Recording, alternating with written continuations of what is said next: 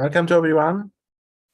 Welcome to our webinar, basement or naturally fractured basement reservoir characterization. My name is Abdullah Abdurrahman. I am a resident developer in Reservoir Solutions company. I would like to start with a 5 minutes presentation about Reservoir Solutions company and also our upcoming events and introduce our instructor for today's webinar. So first of all, Reservoir Solutions is a company that is specialized in providing technical studies and courses for oil and gas companies and professionals. The company incorporates many professionals with diverse technical background related to oil and gas exploration and production. Our services include technical reservoir studies, field development planning, reservoir static and dynamic modeling, economic feasibility studies, technical support for academic researchers like PhD and master degrees. We are assisting in writing technical papers and publishing. We are providing technical courses by industry expertise and providing mentorship programs. For our upcoming events, we have 2 courses. We have a course that will start into 22nd of July. It will be about the natural fracture reservoir modeling. This course will be 1 week, and we will use the software to model natural fracture reservoirs. Okay, it will be about 5 days. You will learn, or by attending this course, you will have lifetime access to recorded sessions, application datasets, standard industry practice workshop. We will have the course material like PDF datasets and Excel sheets and others. We'll have open discussion with instructor, and at the end of the course, you will have certificates with online identification on our website. For the details for this content, it will be shared into the Zoom chat. Also, we will have into the 12th of August, we will have another course for practical seismic interpretation. In this course also, you will have dataset for application and software. You will learn the principles, application, and the workflow for the seismic interpretation. The detailed content will also be sent into the Zoom chat. For our today event, we will have the presenter for our today event, Mr. Muhammad Noor. Mr. Muhammad Noor has a master's degree in petroleum engineering from the University of Miskolc in Hungary. Also, he has a Bachelor of Petroleum Engineering into the Institute of Science Bandung in Indonesia. For his work of experience, he has about 8 years of industry research and consultancy experience from the field of reservoir modeling, simulation, and petrophysics. He is a reservoir engineering at Petroleum in Norway now. Also, he has a past experience as reservoir engineer and petrophysicist as MOL in Hungary, reservoir engineering at the petrophysicist consultant into Indonesia, Center of Oil and Gas, R&D. Also, he was a lecturer assistant at Bandung Institute of Technology and Science in Indonesia. He was also a reservoir engineers consultant and Labi ITP in Indonesia. Also, he has a long record of awards like about SPAWLA, SPWLA, International Discussion Venture in 2022-2023. Also, he has best paper of SPAWLA annual symposium into 2023 and 2022 in Norway. Also, he was a second runner-up of World Championship in SPE ATCE paper contest in 2018. Also, a lot of the other awards. He has about 20 publications into journals and other conferences. So we hope that you enjoy this interesting webinar, inshallah. So about the webinar rules, if you have any questions, you can drop it into the Zoom chat box, and please mute your microphone and camera. In case that you wanted to get a certificate for attendance, you can fill into the form that will be sent into the Zoom chat. For upcoming events, you can join our Telegram channel, follow up our LinkedIn page and YouTube channel. Also, you can contact us via the mail and the WhatsApp. Thank you all, and Engineer Muhammad, you can start your presentation. Thank you very much for the introductions. Let me share my screen. Okay. Engineer Muhammad, if you can raise your voice a little bit. Okay. Sorry, I'm a little bit coughing today. Okay, thank you. You should see my screen now. Yes, yes. All right. Let me turn on the camera as well. Okay, let me turn on my lasers. Okay, now it should be yeah. Okay, good morning, good afternoon, good evening for all of the participants. Thank you for organizing this meeting. Before I start my presentation, let me a little bit introduce again myself. My name is Muhammad Nur Ali Akbar. Currently, I work at ProRes Ice in Norway. I just moved this month. So previously, this presentations or this paper was prepared when I was in Hungary under the MOL groups. So this paper was presented several times in the SPWA Distinguished Speaker Program this year and also last year.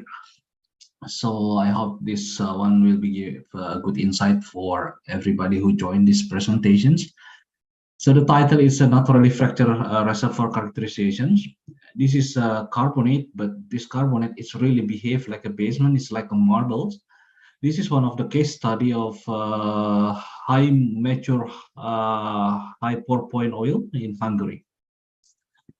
So I think it's already explained before. So this presentations actually was firstly presented last year in Norway in SPWA International Symposiums.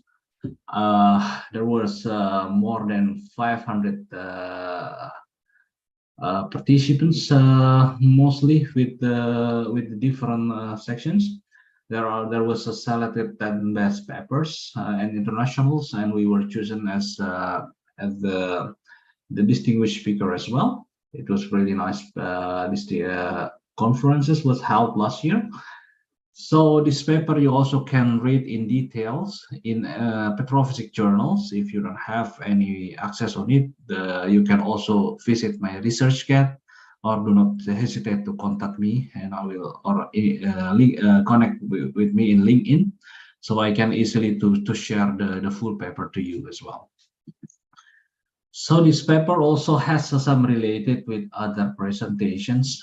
My presentation was in APG conferences in Budapest last year in May. There are two papers was published with my co-author as well, mostly with the fracture basement, with metamorphic and also with the carbonate. And there was also one paper was published in 2021 in SPE ATC, was held in Dubai, United Emirates Arabs. This is also more detailed with the characterizations of the fracture basement. So my presentation today, actually, I would like to emphasize on the fracture classification determination and how it impacts on the integrated subsurface study for field development plan, and also proposing a new field development plan. And I will start the presentation with the introductions, coming with the objective and the study background, what was the reason that we are doing these studies. And then I will give a little bit detail about the field overview and data set explanations, what kind of data that we implemented during the study. And then one of the most important part is the method, how we solve the problem in a mature field, in the old field, to evaluate the fracture properties whenever we have very limited data. And we are also trying to explain how the study workflow was conducted, and also how to define the fracture phases here. One of the interesting part is this result and analysis. It is part of the integrated study from the petrophysics, 3D static model until the 3D dynamic model. And I will close the presentation with the conclusion. Okay, let's start with the various type of naturally fracture basement reservoir. It is mostly discovered in many kind of regions around the world. So if you see in this part, from east to the west, a lot of fracture basement was discovered, including in Hungary when I was working. It is more than 15 fracture basement was discovered from the oil and gas, and it is produced quite significant hydrocarbons is coming from there. When I was in Indonesia as well, I was involved in several structure basement projects, like in the Sumatra, including this one. I was trying to understand this study as well when I do some projects with Repsol and ConocoPhillips, and you can see that the Engineer Muhammad, behaviors. Yep. Engineer Muhammad, sorry for the interruption. If you can raise your voice a little bit, we have this Mhm. comment from the participants. Okay. Okay. Okay. A little bit put my microphone a little bit. So Okay. the the productions of the hydrocarbons coming from the fracture basement, it's coming from many kind of basins around the world. They have really unique behaviors, and it is really complex to understand how the fracture basement is behaving regarding the flow, regarding the storage capacity, and so on. So that's why we try to understand the fractures actually in the main terminology. It's created from mostly from the mechanical activities. If you think that the fractures is coming from the fault or even fault, this has a very unique behaviors from many rocks and the other rocks, and also from region to the other regions. So whenever we have fractures generated from the mechanical activities, this is will impacts how the effective or your fractures behaviors regarding the storage and the flow. So that's why in this presentation we try to recognize this kind of type of the fractures and which one is very interesting to be discussed. So let's start with the main classifications coming from Nelson's. In Nelson's classification, there are 4 types of the fractures, which is fracture number 1, which is almost there is no matrix contribution in terms of storage and also the flow. Mostly the storage and flow is only coming from the fracture itself. And from this kind of reservoir, this is typically dominant that we found in the fracture basement reservoir, like a metamorphic or igneous rocks, or even some carbonate like Triassic carbonate that I will present here. In some cases, there are also some contribution with the dual porosity system or even dual permeability system, where the matrix having a contribution with the porosity with the storage, but it needs a fractures to make a flow during the production was coming from these reservoirs. So there are 2 types here. There are type number 2 and 3.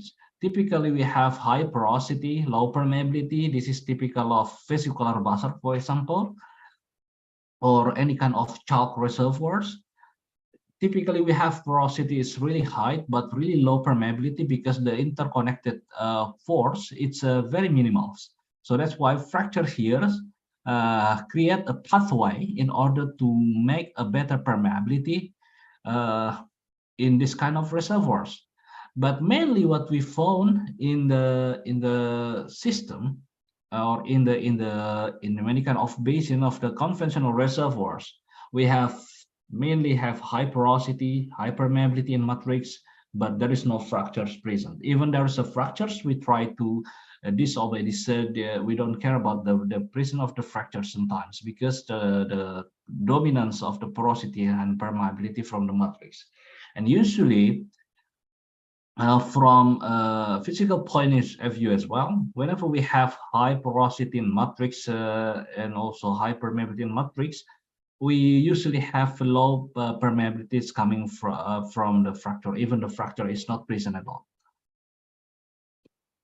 And then if we talk about fractures, we are talking with the big scale of the fractures. It's coming from the really small fracture that we can identify is coming from our data, from our thin section data, until we see the fractures in the giga scale.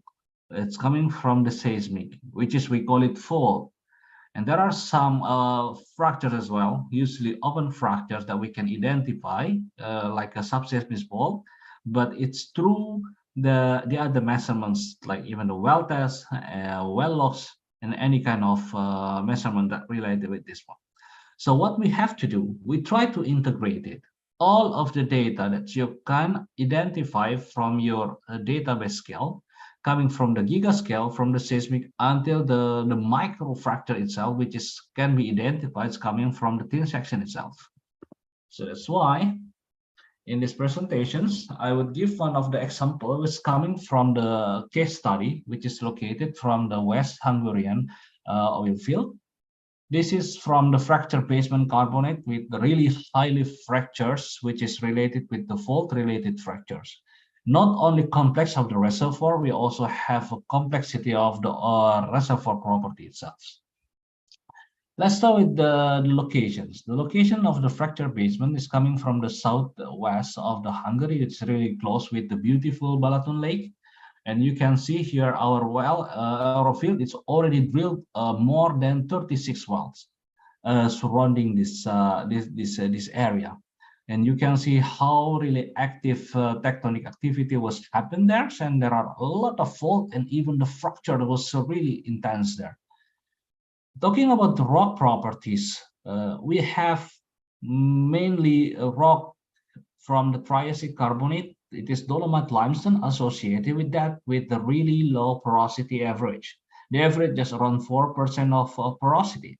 It is really highly fractures, and also a lot of breccia was found, even the fault breccia or washing breccia from the top of the reservoirs. And we have a trap. Trap is usually mainly with the marl content, high marl content on the in the cap rock with the edge of miocene. And we have of the challenging here, which is a really strong water drive and really big gas cap as well. It's make that our reservoir doesn't have any significant depletion during the 40 years productions. So this is one of the challenge from the beginning that I want to explain. The well was discovered in 1979. It is well number 4. It is located in the most southern of the field. And this well, it's still producing until now with really high water cut, is around 98%. The other things that we have a problem in the oil properties.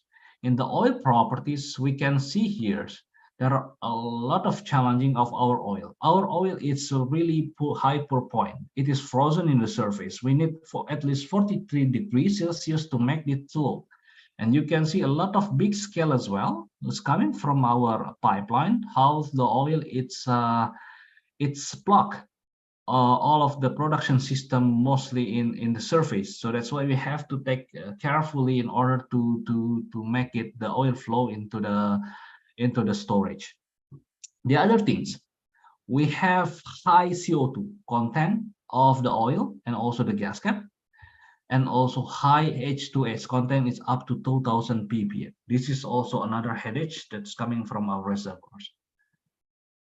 So how about the rock properties behaviors? I want to more emphasize on it and the data set that we use. Currently, we have the data is coming from the logging data, core data, for the petrophysical evaluations. For the logging data, we have around 36 drilled wells with around 40% from the wells. This is only available for the old Russian type logs, which is really uncommon logs that we usually see in the industry currently. We have some triple combo logs, triple quad combo logs from the conventional logs, neutron density, resistivity, gamma rays, and so on. Unfortunately, when we try to identify the fracture, we really need the image logs. But in our case study, there was only 2 image log was available. Even the log itself, it's coming from the old image log from the first generations, which is from the acoustic image log. It is CBIL. The quality is very low. We can see the fracture, but not really clear on it. And then we have also core data. Fortunately, the old engineer was taking care with a lot of course data. There are 19 wells per core, and every core that's coming from the reservoir has a really different behavior. This is make another challenge for us.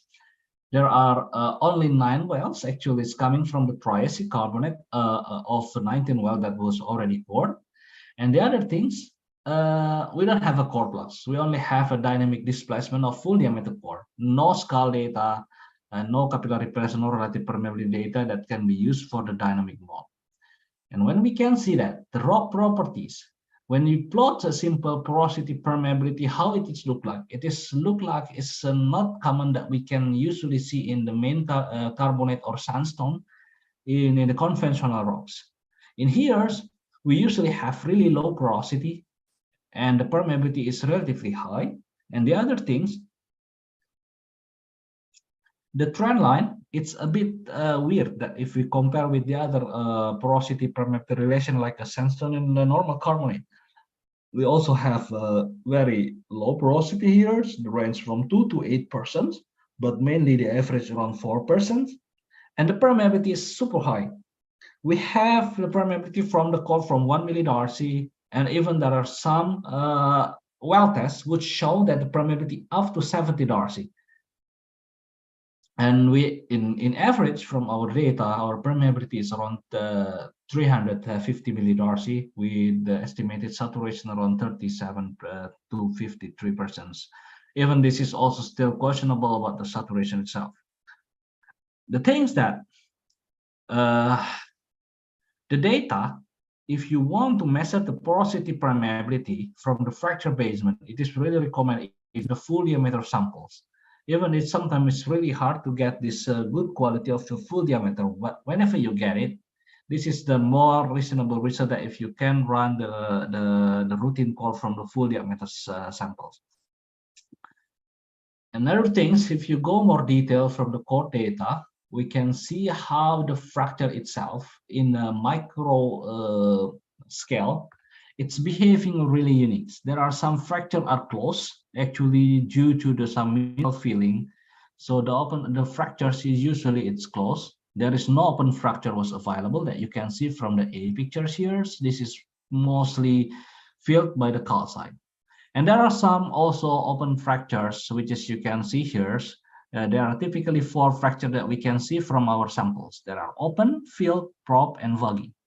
If you can see the open, this is our main storage and also main flow sections coming from the rocks. And we can see also some of the macro fractures even from the ice that's coming from our course data, which is coming from the well W3. And there are 3 samples coming from the same wells, but the behavior is totally different. There are some fractures, it is filled by the clay, or even some fine minerals like a marl content as well. Even there are some, it is growing with the quartz. So we have a big fractures and some quartz was growing due to the hydrothermal activities. And also we can see from the micro scale as well, from the thin sections, that the quartz crystal are growth within the fractures. This is that can create to reduce the porosity and permeability from our fracture system. The other thing, there are some vuggy as well. Whenever there are some calcite was filling the fractures, and then there are some diagenesis as well happen, and the dissolution was created, and some vugs was also showing in this samples. So this is the overall what kind of fracture that we have during the study. So what we have to do now, when you have to evaluate the fracture behaviors, there are some subsurface data that you have to integrate it. It's coming from the data, try to identify the potential productive zone, and even mapping where is the fractures located, and even to create the classification of the fractures. At least you need the conventional loss. This is that we usually run when we drill any kind of hydrocarbon wells. Quad combo log, triple combo logs, at least we have this one. The second additional data we need to run, if you have a study in the fracture basement, try to run the image log. It is really important data that can help you a lot during the characterization of the fractures. Another data like full wave sonic, we need the Stoney wave analysis as well, which can help us to identify where is the fracture was coming from. Typically, if you have a fractures, the open fractures, the stony web will give a signal like a saffron shape. And this is one of the reasons that is some flow potential was coming from your rocks. Because sometimes if you have micro fractures or something, it cannot be seen coming from your conventional rocks. And sometimes you need the image logs combining with the other parameters that can help you to identify your fracture is effectively giving a flow. And the good thing, you do the well test, you do the production test, but don't forget to run the production logging, which will help you a lot in order to identify what is the fracture giving an effective open fractures to the flow, or which one is not giving an effective of the flow. This is, for example, you have rocks section having no fractures. There is no fractures available here. Even you can see there is no responses from your logging tools. The logging tools just give a straight line in this part. And what you can see as well, almost there is no response from the stony wave as well. And when you do the production logging, there is no flow here. So it's mean that you can confirm this area is the area without any fractures. But whenever you have the big open fractures, you will see any responses from the logs, especially from the density logs, because we have a quite high resolution from the density logs. And also you can see from the image logs as well how the fracture open can be seen, or even the stony wave will give any responses like a lot of saffron shape in here. And the other thing, when you do the well test, you can see the fluid flow is coming from there, either water or oil, it doesn't matter. As long as it's giving a flow, it's mean that you have effective fracture was coming from these sections. The other things, you also try to combine some of the data, like the mud loss data from your drilling or ROP. Whenever you have fractures, the ROP relatively higher. Whenever you don't have a fractures, your ROP relatively low. And this is typical of the fracture that we can try to combine as well. And after that, since we already have this kind of evaluation, and then we can create the fracture class, we can make a flag. Where is the fracture? Is the macro fractures? Where is the more dominant micro fractures? And also where is the section there is no fractures at all. And here we also can validate it with your core data. Whenever you have a core data from the several sections mainly dominated with the open fractures, you will see as well. Or even you cannot get the core itself, because a lot of low recovery usually that we can create we got during the coring. And the other things with the micro fracture, you also can see how the micro fractures it's behaving. From your core data, you can see here it's like braided hairs, whereas the fractures it's really dominant. You can see here the blackish one, it is still the residual oil was thick in our core samples data. Or even some fractures, it is already filled with calcite, and there is no storage or flow capacities coming from this kind of the sections. So what if you are in the mature and the oil field? The challenge is you don't have the limited image logs data, or maybe you don't have image log data. In my cases, we have no production logging tool as well was run, and even we have very limited full wave sonic data. And what we have to do? So what we have to do, try to understand the conventional log responses in order to identify where the fracture was coming from. This is for the example that I showed before. Whenever we have a fractures, open fractures, big open fracture, you will see how the responses from the density logs. Mostly it's really significant comparing with the other logs. Even we can see also some movement, some dance from the neutron logs, but the most correlable fracture reason it's related with the density logs. Whenever we have the big open fractures, the density will go lower comparing with the one. But whenever you have no fractures, your density it will be straight. And this is what you can create, that if you need to create the fracture background line as a background that there is no fracture was located from here. Whenever there is a small dancing, less than mainly the fracture background line, it's mean that there is a possibility you have the open fracture is there. And this is was proved in several of the case study here. The other thing, like the case study from Bontier 2019, in the tonalite fractures in Lancaster, UK. You can see as well how the open fractures around 45 centimeter apertures here, it is impacting also from the density loss as well. The other things, if you have mainly micro fractures dominated, your density will be moved a little bit, but whenever you don't have any fracture, your density will be strong. And this is also, you can see in many kind of the well here, so with the different wells in the same field, whenever we have a big open fractures, you will see also how the density sonics and also density loss, it's moving and give any kind of response of the fractures, mainly for the macro fracture or even the micro fractures behaviors. The other study as well, it is also from the Lee et al. From 2004, how the fracture present is also related with the density loss data. Whenever you don't have the image, you can also try to use your density loss data in order to create or to identify where is the fracture was coming from. And this is also proof with the production logging data was run for several times in this wells. This is one of the case study in the granite white tigers in Vietnam. This is granite. This is also a very unique reservoir that really interesting to be understood. And then what you have to do then, if you only have a conventional log available, what I mentioned, the most important thing, the conventional log, it really depends on the vertical resolutions, and the higher vertical resolution is the more sensitive to the fracture reasons. Beyond the resistivity logs, the most sensitive on the highest resolution of the vertical, it's coming from the density logs. The second, it could be go to the NMR, neutron, gamma ray, sonic, and even the others induction logs. Even though we have some micro resistivity logs, but the micro resistivity log sometimes has a lot of problems because of very near from the surface of the boreholes. So that's why any kind of correction or something we have to be careful on it.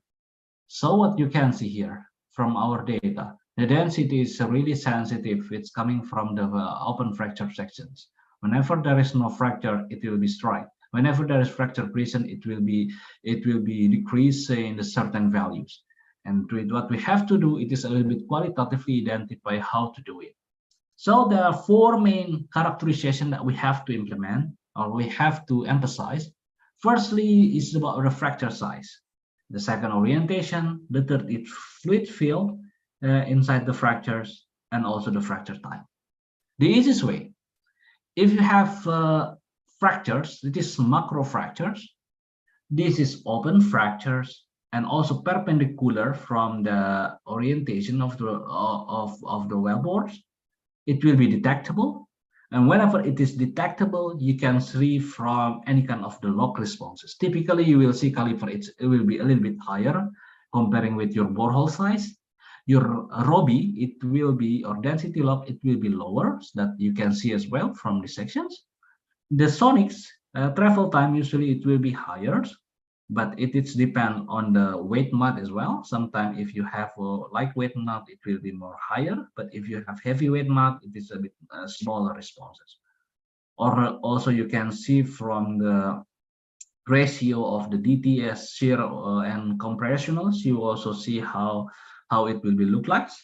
Or even the PEF can give a good response as well. Whenever you have sorry, if you have a heavy mud weight, you will see the higher PEF, but like whenever it will be lower PEF. The second, if it is open and the fracture itself is filled by the hydrocarbon or the brine, it will be give different responses. If it's filled by the hydrocarbons, typically the most shallowest resistivity will be read higher comparing with the deeper one. In vice versa, if you fluid field, it's coming from the brine mud log, brine mud, you will see that the MSFL usually will be much lower comparing with the other logs. So this kind of behavior that we have to consider whenever we have the open fractures. But if your fracture is micro fractures, it will, and also it is also parallel, it will be really less detectable and we cannot identify that fracture itself. But whenever you have a closed fracture, it will be a different story, or even like a mineral close or foliation from the rocks.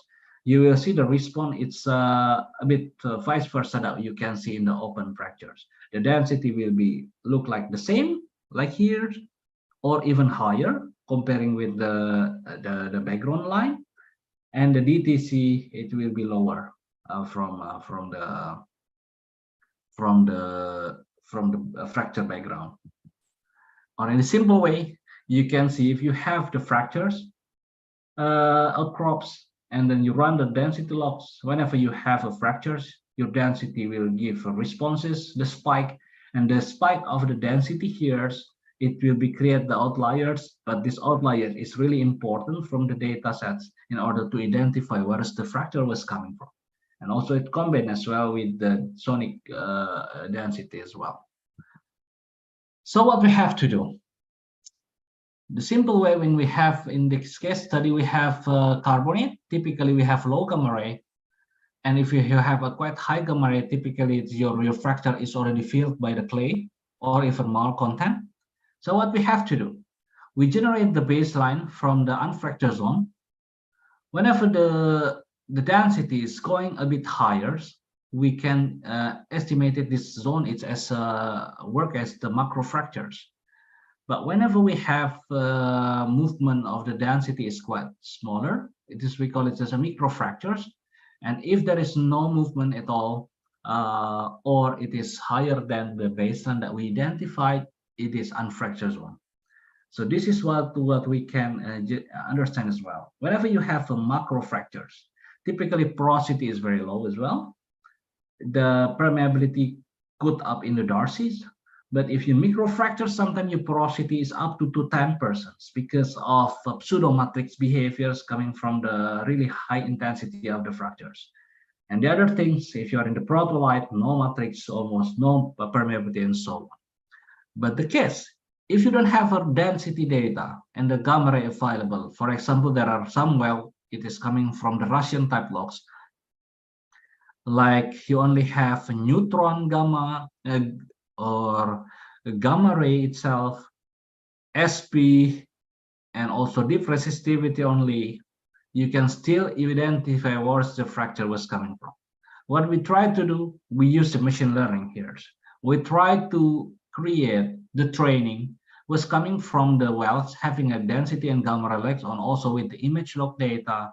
Whenever we can identify where the fracture is coming from, and then we try to train into the self-organizing map with a different model. There are 3 models implemented.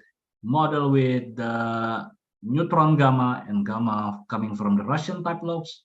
There also only have a sonic with the deep resistivity and porosity, and also caliper and bit size, and even only from porosity and resistivity.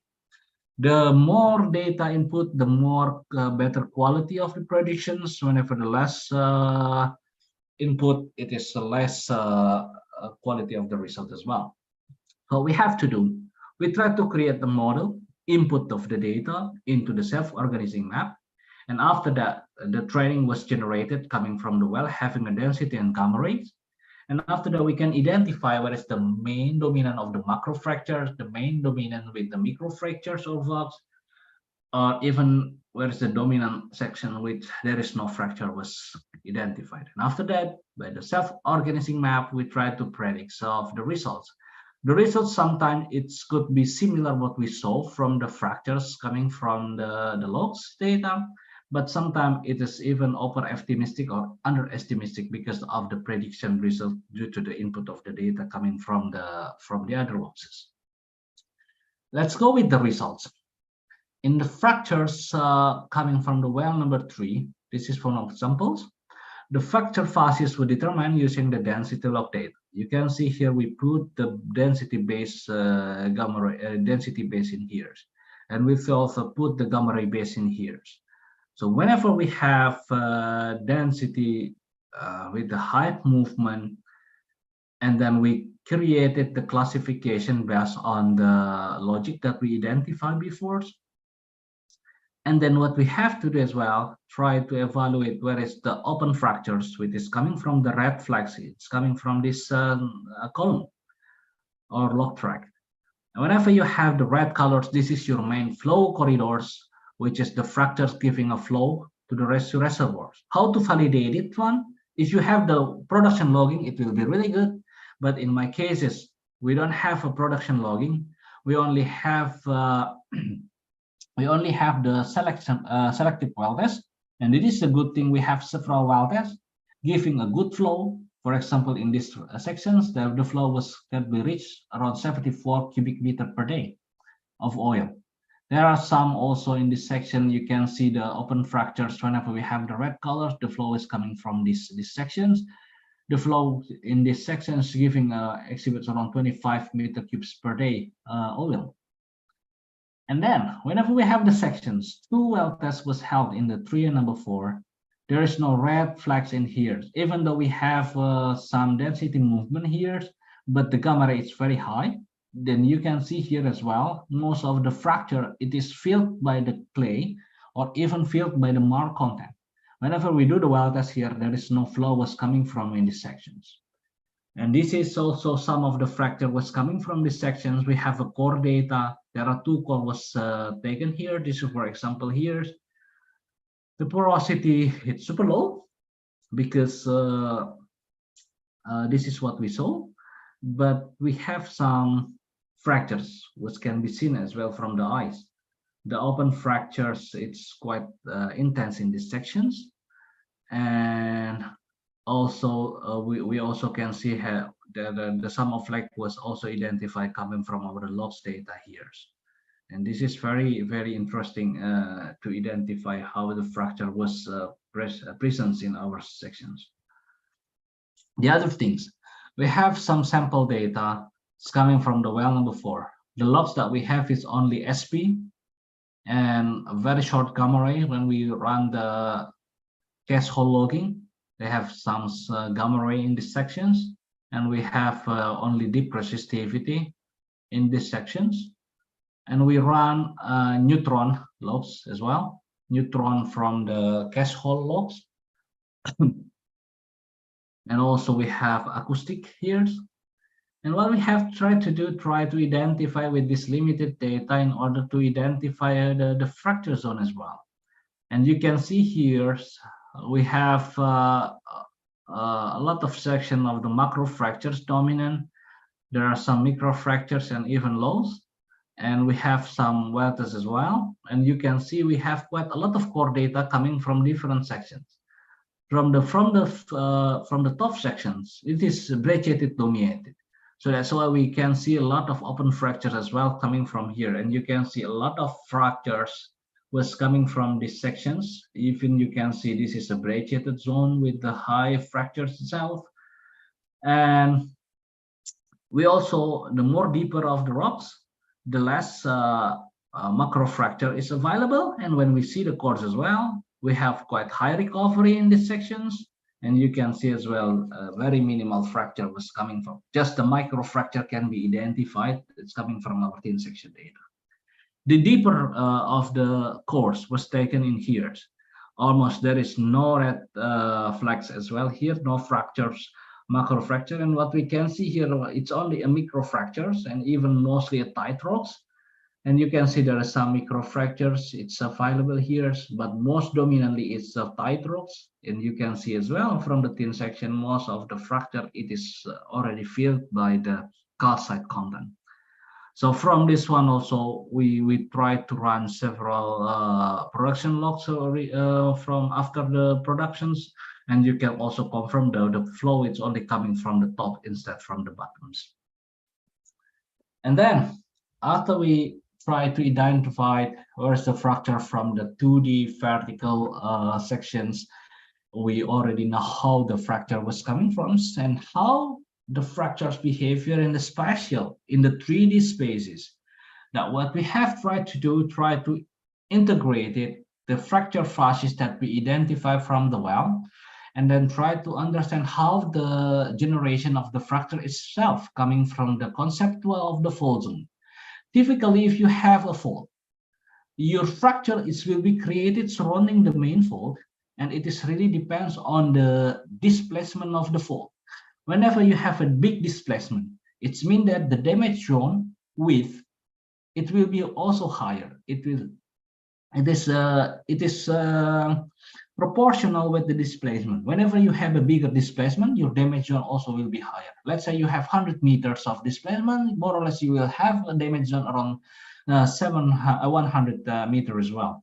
And it will be followed with the data set which is coming from many kind of studies, which is generated by Torabi et al. In 2019. The other correlation you also can see from the data set from the Fossen 2016, how the fault core thickness and the damage zone thickness is related with fault displacement, and that it can be multiplied by several times. In general, displacement is equal one damage zone thickness, but sometimes there are some fracture even higher than 1 times, even 10 times damage can be created, or even up to 100 times. So in some cases, you have to understand how this fracture it will be generated. When you try to understand these behaviors, you generated your fault zone in the conceptual models, and after that you try to integrate it with some seismic attributes like the end track attributes or the thin fault likelihood, and many kind of seismic attribute that can be tried to use, as long as it just makes sense with your data. Try to connect with your data and then generate with the lithological model as well, because the fractures, it really depends on the lithology of the fracture itself. And after that, we can generate it and distribute it how the main fracture was distributed in the 3D spatial. And also we try to validate it as well. The fracture was coming from our wells data in order to control the fracture distributions in this kind of the field. We also need some synthetical data. The synthetical data, especially for the special core analysis data, is really needed during our study. There are many kind of publications showing the relative permeability of the fractures, that it is really common that the fractures relative permeability should be in the X shape, but unfortunately this is not exactly correct. You can use the X shape of the fractures whenever you have a really high open macro fractures itself. In here, when we have the red colors, you can use the dominant distribution of fault height damage zone area with the X shape, which is quite recommended, but it depends on the reservoir situation as well. But in some cases, if you are in the low damage zone, mostly dominant with the microfracture dominated, sometimes it is behave like a matrix, so that we call it pseudo matrix. So the relative permeability should be a little bit curvy. And we can see as well from several publications from 1990s, the relative permeability in the fracture itself, it could be a little bit curvy, not exactly X shape. And this is also can help you to identify or to determine the relative permeability in the microfractures. And there's also some transition between the high damage and low damage. The relative permeability can be assumed with some transition zone with open conductive fault as well. So that's why we need to generate the different fracture behavior that I generated here. This shape of the relative permeability is already validated with many kind of studies, including the recent one from the Watanabe in 2015 and 2019 from the Roth. How the different fractures behavior can create it, the shape of the relative permeability. It is even created the V shape for the gas water relative permeability, and the shape of the capillary pressure, it should be very almost no transition zone. So that's why in the main macro fracture here, I didn't give any transition zone in here. But whenever you have a micro fracture dominated, the transition zone should be should be introduced in your model, and also some of the transition also need to be created. And then what was the result?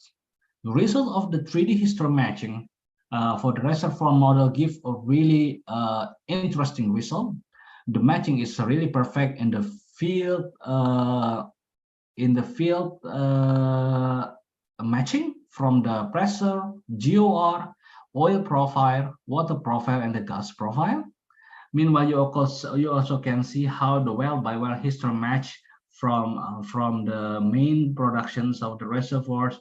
It is giving a really good match from well to wells. Unfortunately, here in our case study, we have no bottom hole pressure match because we have really low, a very low pressure drawdown, and most of the field it is installed with the circular pump. So we don't have a representative of both flowing bottom hole pressure data to be matched. But we have some pressure data, reservoir pressures. You can see here the pressure data during the 1980s until now. The pressure is still straight. There is almost no depletion of this. And this one, it's make us a little bit challenge as well in order to identify the volume if we try to run with the material balance estimations. The other things, if you want, after we created the scenario creating the history match, we tried to propose the new field development. The field development well, if you dealing with the fracture basement, it is always really good whenever we try to, not always, it's usually good or much better if you drill in the deviated section of your wells. Because if you drill just a vertical well, whenever you didn't get a lot of fracture section here, almost there is no fracture will obtain during the drilling. But if you drill deviated or even horizontals, you will hit it a lot of fractures in your reservoirs, and it is also give you a positive response regarding the production quality as well. Because in the fracture basement, just even less than 1 meters, the behavior could be totally different. You can see here, if you drill in this section, you will see open fracture, closed fracture together, but just around 1 meter away, when you drill here, vertically, you will not see any fractures coming from the wells. And this is what we already proved from 36 wells, which is already drilled, only 12 wells, it's giving the best quality of the production in terms of the production flowing. And I will show you later. This is for the example. From 36 wells, there's only several wells giving a good production, and the other one it is really bad because of the productivity is very low. Even there are some well even almost dry. So that's why the shape of the vertical fractures and the deviated, it is really important in order to identify where is the fracture was distributed. And this study is also proof. It's some study in 2019 by Bontier in the Lancaster fracture tonalite. You can see as well how the integrated subsurface data from the seismic, well of course, and reservoir engineering is the main key to identify what's the fractures. We have the seismic attributes.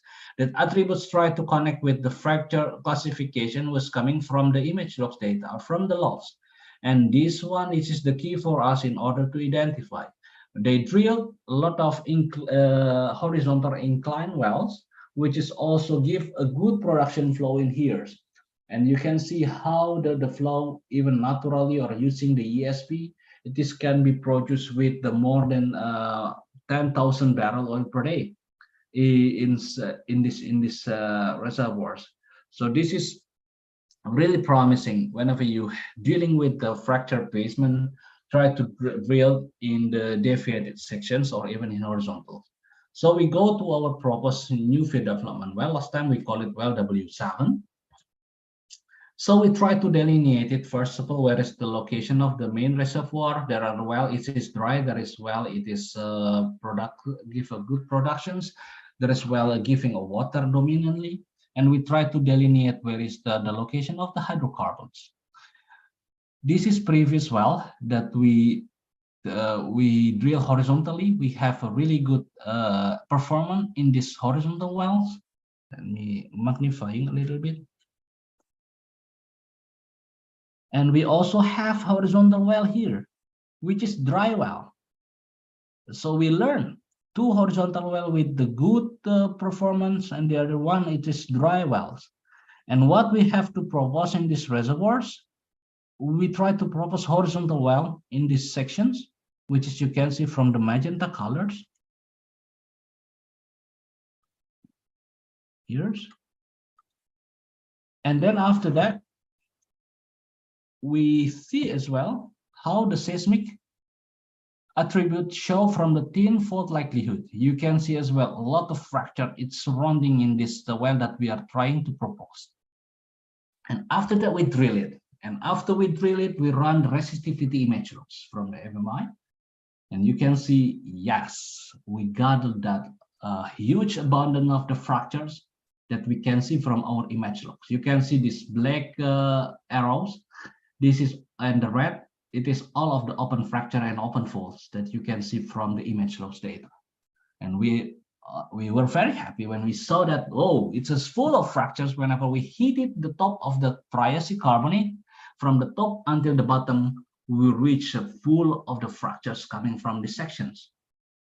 And then what next? We try to evaluate the image log, the fracture orientations, the breakout orientations, and this is in line what we already generated in the 3D model as well. And then we try to evaluate it. The porosity from the logs, which is coming from the gray, and the porosity from the model before the drilling. Even the saturations, they are in line. They are very nice matching on it. So that's why we can say that our 3D models worked very well at that time. And then when we drilled, it is give a really good match in the main reservoir sections. And then we do the test. Yes, so we bring this black anaconda to the surface. This is the oil that's coming from the well test. It is produced 140 meter cubes per day. It's around 880 barrel oil per day. Can you imagine? Only coming from this well, we can produce 140 cubic meter of oil. Meanwhile, that I mentioned before, this field, it's already producing with the 12 wells, the oil production is only 80 cubic meters. So this well was promising that one well can exceeding the cumulative production from the 12 wells, which is currently producing in this field. So that's why this is one of really good lesson learned from us. Even we are in the major field, in the oil field, we still have a big potential that we can take a hope in our fracture basement, even though we already drilled a lot of well in these systems. And this one, I want to show you how the fracture phases which help us a lot in the 3D model in order to connect it with the production performance itself. So from all of the well here that I mentioned before, the black wells, it is mainly a well, it is to give a production to the hydrocarbon. And we have some well, which is the blue well here, it is the dry well, or well, it's only producing waters. So that's why we already got a really good lesson learned from here, how to drill the wells. So we propose the horizontal well. This one, the new well that I presented before, which is coming from these sections, and this one, well, which is already produced in 2006, and this well, the horizontal well was drilled earlier, which is dry well. What we can see here, well 3H. No fractures can be seen from the 3D spaces.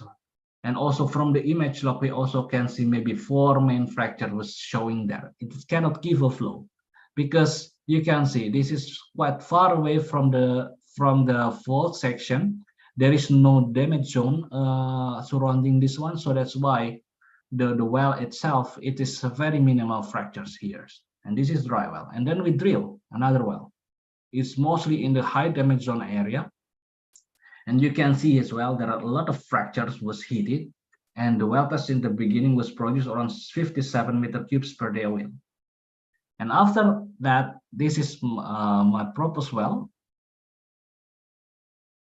We already identified there will be a lot of fractures coming from the models, and then when we drill, yes, we prove it, and even you can see the fracture it's much more comparing the 2 earlier wells. And then, yes, the more fracture we have, the more hydrocarbon will flow. This is what you can see. It is around 3 times higher comparing with the previous well, which is coming from these sections. So we are at the end of the presentation. So what can I make a conclusion of this study? First of all, fracture identification by using the conventional log, it can be made. And we can classify the fracture itself from the macro fracture, micro fracture, and the host rock dominance. And even we can distribute it by using self-organizing map with the machine learning if you have a limited petrophysical data. And here, what we can learn that the macro fractures, the red flag that I showed before, it is the main role of the fluid flow in the well bores coming from. The second, the opportunity of this study, we can identify the fractures, which is quite robust, especially for the type 1 fracture, carbonate, or metamorphic, like quartzite, for example.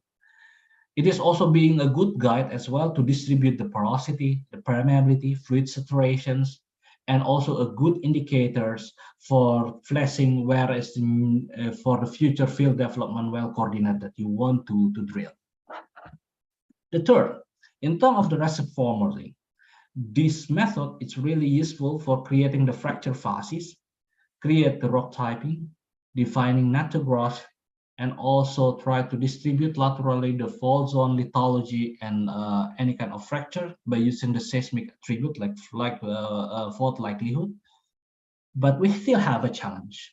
Probably it will not work if you have a really big washout.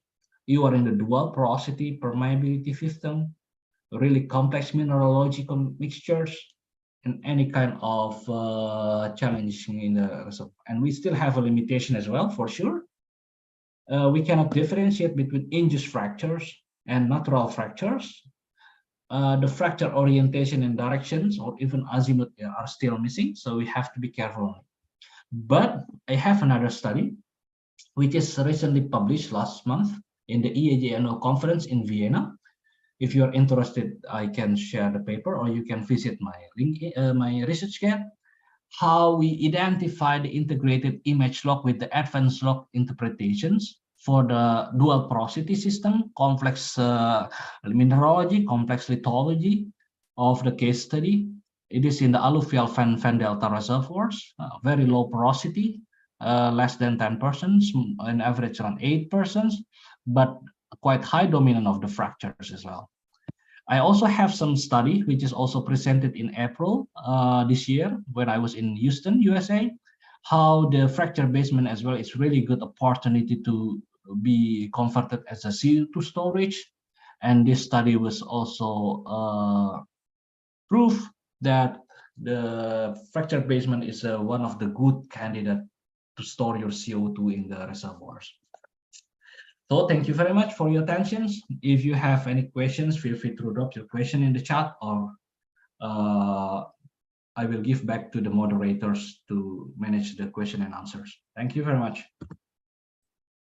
Thank you, Mr. Muhammad, for this interesting presentation. I think that it was very, very interesting to all the participants, and they benefited a lot of information that will add to their career experience.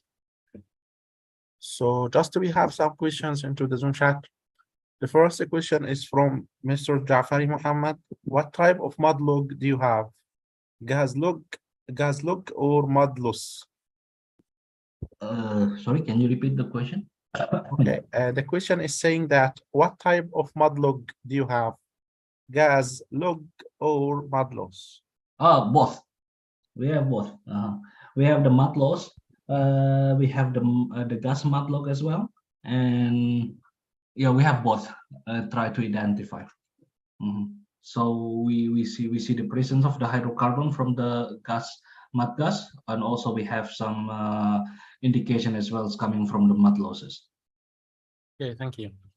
And the second question is for the deviated well, how can we define the most effective angle of the well against the fracture to get the best production? Oh, it is really good questions, and even very hard, quite hard for me. The angle itself, it is quite challenging to define, but what you have to try to moment. Let me show you one of the slide. Try to prevent. Actually, whenever you can characterize your fractures distributions from the, if you believe that there are some really big open fractures there, try not to put in the high angle, because whenever we have a really vertical fracture, it is very high. If you are in the oil or heavy oil like us, the water will bring very fast, even can cut all of the productions coming from your sections. And the other thing that you have to be careful when you do the production as well. Don't try to produce a really high rate in the beginning. Try to make it slowly from the beginnings, and then you can increase by the every 2 or 3 months. And the other things that regarding the angle, it really depends on the distribution of the fracture itself. I would suggest you to read the Bontier papers, because they have some consideration there. There are some horizontal well, there are some inclined well, and how they do the decision to do the regarding the angle. What we are from the subsurface, from reservoir engineer, from the geoscientists, we want to hit the fracture as much as possible. But from the drilling guy, they try to prevent a lot of fracture, because there will be mud losses and there are a lot of problems will be created. So that's why you have to sit together and discuss a lot about regarding this one, regarding the angle and so on. So I'm not the expert of the drilling to say the angle, but you should sit together with the drilling engineers later. And because in my cases last time we changed almost 3 or 4 times the trajectories regarding also the angles, because there are some possible problem of the drillings that I'm not really understand on it. But at that time, so we finally propose horizontal wells, and then we got the best result as well. So, but this angle itself, it's really hard to explain how much the best of the, it really depends on the situations of your reservoir properties. Okay, great. Thank you for questions. Yes. Another question is saying that you mentioned this field has a strong aquifer and also gas cap. What strategy that you implement into the FDP to avoid early water breakthrough or gas breakthrough? Okay, very good question. I really like these questions. So you are having a really big gas cap, and you also have so this is my sections, for example, you can see. So this is my I don't know, do I have the vertical sections from this presentation? No, unfortunately no. So if I'm not mistaken, I have a quite thick gas cap. It is located somewhere 1000. Okay, this is to wait time. I think somewhere here. And then I have waters somewhere here. The best thing, try to put a little bit away from the gas cap, because the gas cap itself is a headache for us. It is really high CO2 content and really high the H2S content. So that's why we try a bit farther from the gas cap, but a little bit closer with the waters, because if the water is reaching, we can still perforate it a bit higher. And this one, at that time, we put our wells. This is exactly in the middle between the gas cap and the waters. And then whenever the water is coming, the plan that we will close that one with cement. We will make a cement plugs and then perforate it in the higher parts of the reservoirs of the sections. There is no specific rule of thumbs, but by the engineering best practice that we do, we place it a little bit in the middle from the gas cap and from the aquifers itself, because both giving two dominant pressures. It is like compressed from the top and from the bottom. So that's why it is be careful. Sometimes there are some wells we producing more gas instead of water, but there are some wells it is producing more water instead of gas. So that's why we try to understand well by well performance.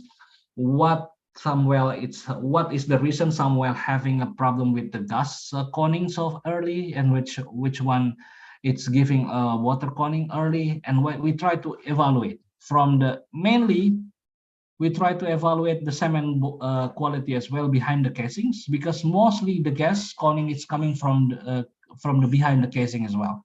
So there are a lot of consideration on it, but the best position that we put here, it is in the middle between the gas cap and the water barriers. Thanks for the questions. Okay, thank you, Mr. Mahmoud. We have a question.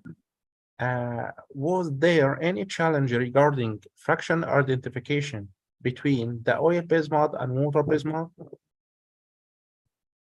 Sorry, can you repeat? Okay, the question is saying, was there any challenge regarding fracture identification between the oil-based mud and water-based mud? The challenge, yeah.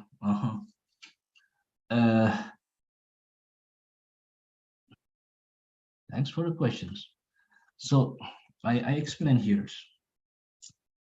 In terms of in my case study, in terms of evaluating the fractures, if you use the water basement, you should be careful with your resistivity, especially whenever there's a fracture present and open. If you use the oil basement, it will be inverse profile comparing with the brines or water basement. So mostly of the well, which is drilled with the water basement. But if you drill with the oil basement, the responses for the resistivity could be vice versa, what we usually see from the water basement. This is one of the challenge. The second challenge, if you run the oil basement, just very limited technology now, not too much image logs, can identify the good quality of the image in order to identify the fractures with the oil basement. But I found several image log technology now even can identify a good fractures identification using the oil basement. But if you run with the water basement, it is the best way to run the resistivity image logs, because if you have a resistive image coming from the resistivity, we can identify that this is a closed fracture or open fractures. But if you use the oil basement, because the oil itself, the basis is resistive, it is sometimes pretty hard to identify where is the closed fracture because of mineral, or where is the closed fracture because of the oil. So this will be the challenge. I would say if you are in the fracture basement evaluation, you must really consider what is coming from the image. Try to run with the water basement, because it will help you a lot to identify your fracture characterizations. But in any cases, if you should run with the oil basement, you should choose the best technology that can identify the open fractures even using the oil basement. This is my 2 cents.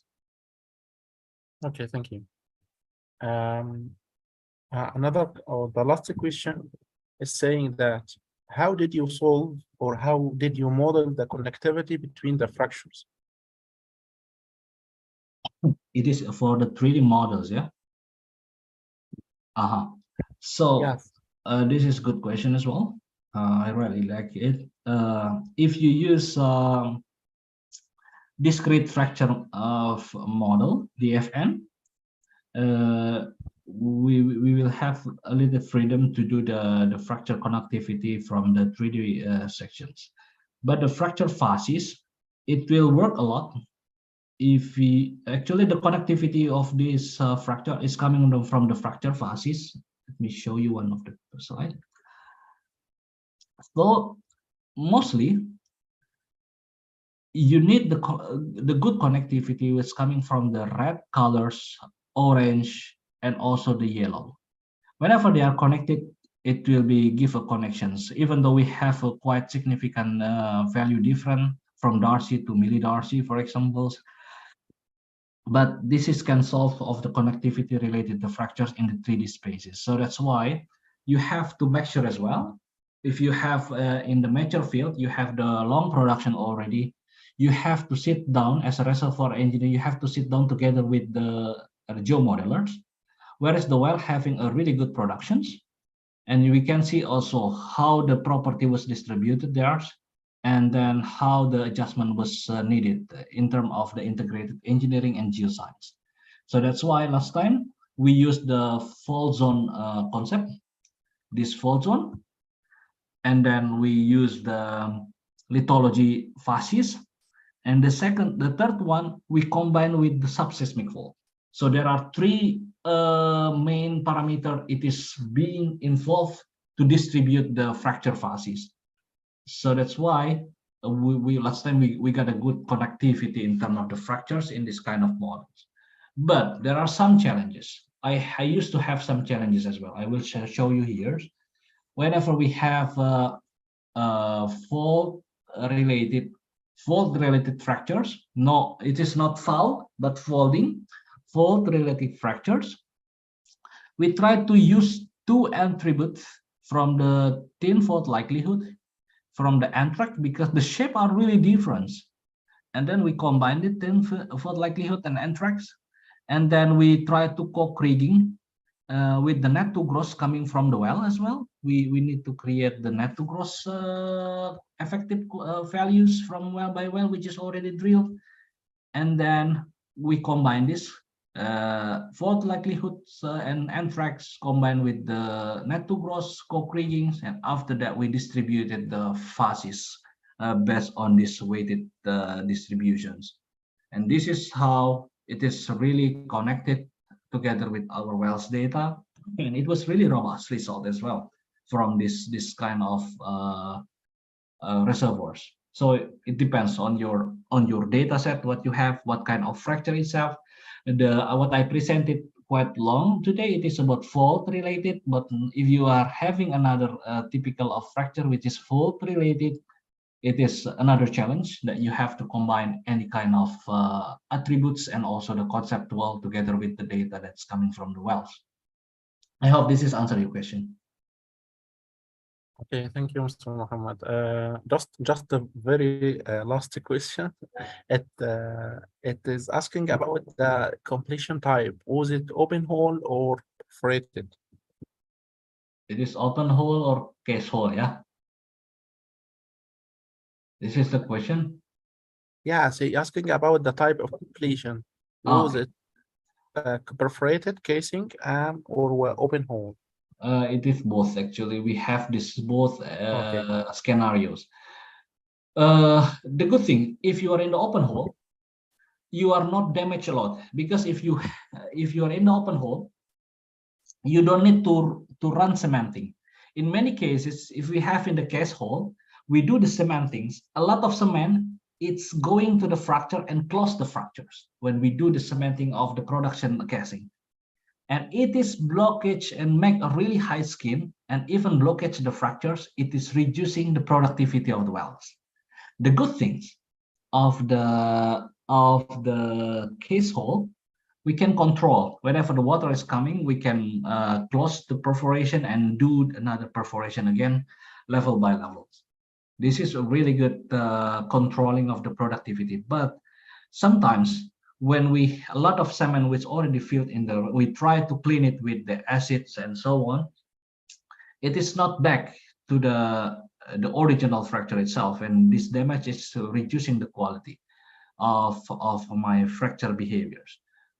But we have some case study. We have a good cases in the case hole, and then the fractures already filled by the cement. We try to clean it by acid with quite longer time with the high content of acid, and it was work. But there are also some wells which is totally field, we saw a lot of fractures from the image logs, and then when we do the cementing and so on, no flow at all. So that's why we have a lot of experience on it, and it should be careful. And there are also some wells having the open hole. I can show you one of the production profile. Where is it? This one. I hope you see my presentations. You can see well number 17 here. This is the best well before my well was produced, drilled, coming from this field. This well, it is open hole. The permeability is 70 darcies, and then you know, this is never produced any water until now from well number 17. The well was reduced, the performance and increased again. And here's the fractures are a lot. This is open hole, no water production. Well, while the other well is already watered out, this well it's until now it's not produced any water. It is almost 40 years already. So that's why this is also unique. It depends on the situation when you need to run the perforated case hole, or when you should make the open hole. This is also very interesting as well. So Okay. I cannot give an exact answer, but this is the case study that we have. Okay. Thank you, Mr. Muhammad, for this effort and your time exerting this interesting session. It was very, very helpful for all the attenders, and I think that they benefit out of new information that can add to their experience. So thank you again. You're welcome. Okay. Thank you again. Also, I would like to thank all the attendees for their time attending this session. Also, I would like to remind you by if you would like to have a certificate for attendance for this session, you can fill into the form that will sent into the Zoom chat. Also, if you would like to enroll to our next workshops for 3D modeling for natural fracture reservoirs, you can enroll into the form that was sent also into the Zoom chat. Also, if you would like to enroll to the next course for practical seismic interpretation, also you would find the form sent into the Zoom chat, and I will send again into the Zoom chat. Okay, so thank you all, and hope you a good night, inshallah. Thank you very much. For you which is interested with my papers, feel free to download my papers in my research kit. They are open. I send you the link in the chat. So feel free to click the links. You can see all of my papers which is already published. You can download it there, or even you can go to the SPE platform like OnePetro or SPWLA, and you can have it there as well. Okay, thank you, Mr. Muhammad. Thank you again. You're welcome.